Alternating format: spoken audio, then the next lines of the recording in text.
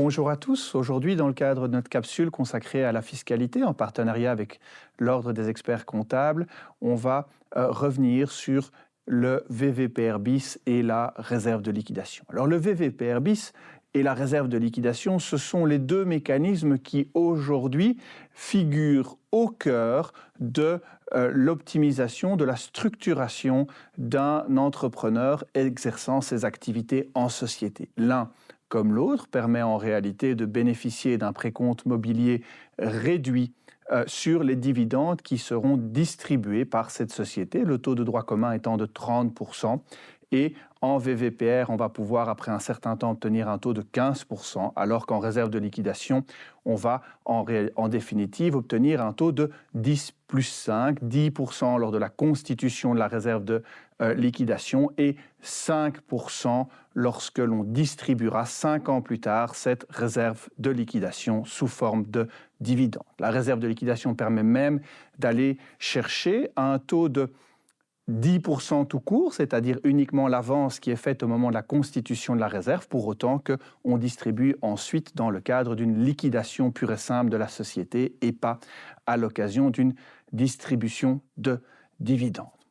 Les deux mécanismes coexistent, ils peuvent être appliqués par les mêmes sociétés substantiellement, les conditions ne sont pas les mêmes et il n'est évidemment pas mon ambition aujourd'hui de revenir sur toutes les questions qui peuvent se poser quant à ces régimes. La première chose que je voudrais rappeler ici et sur laquelle je voudrais revenir avec vous, c'est que ce sont deux régimes qui sont réservés aux PME.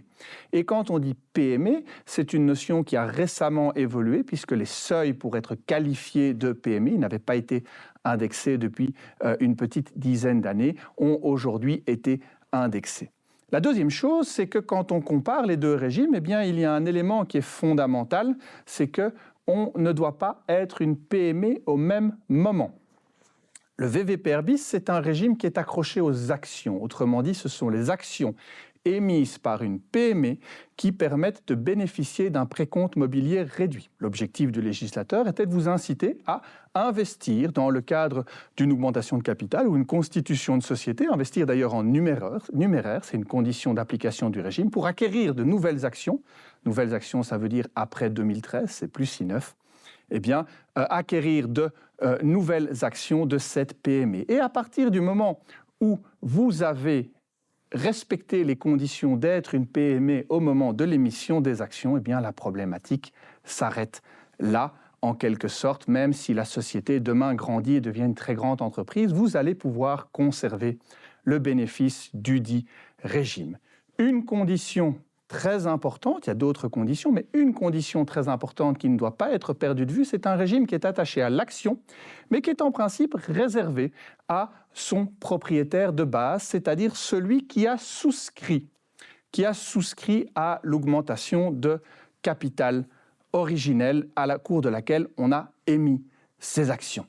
On ne peut donc pas transmettre ces actions et conserver le bénéfice du régime. En réalité, il y a une exception à l'exception. On peut transmettre, mais alors uniquement dans le cadre de donations en pleine propriété et qui sont limitées quant aux personnes qu'on peut gratifier dans le cadre de ces donations.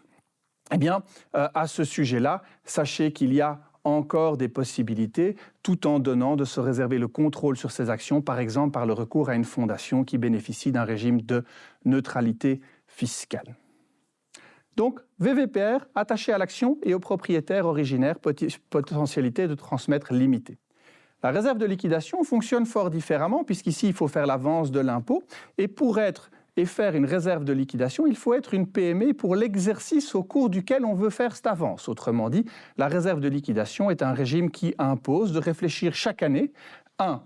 Est-ce que je suis une PME ? 2.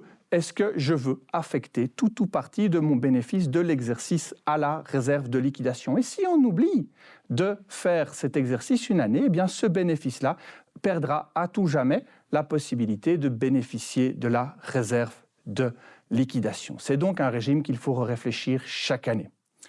Il y a un dernier point sur lequel je voudrais quand même attirer votre attention et qu'on perd parfois de vue, c'est que ces deux régimes ont Une particularité en commun, par contre, c'est qu'il profite principalement, pour ne pas dire exclusivement, à des personnes physiques résidentes fiscales belges et que d'autres types de contribuables n'auront pas d'intérêt à ce régime.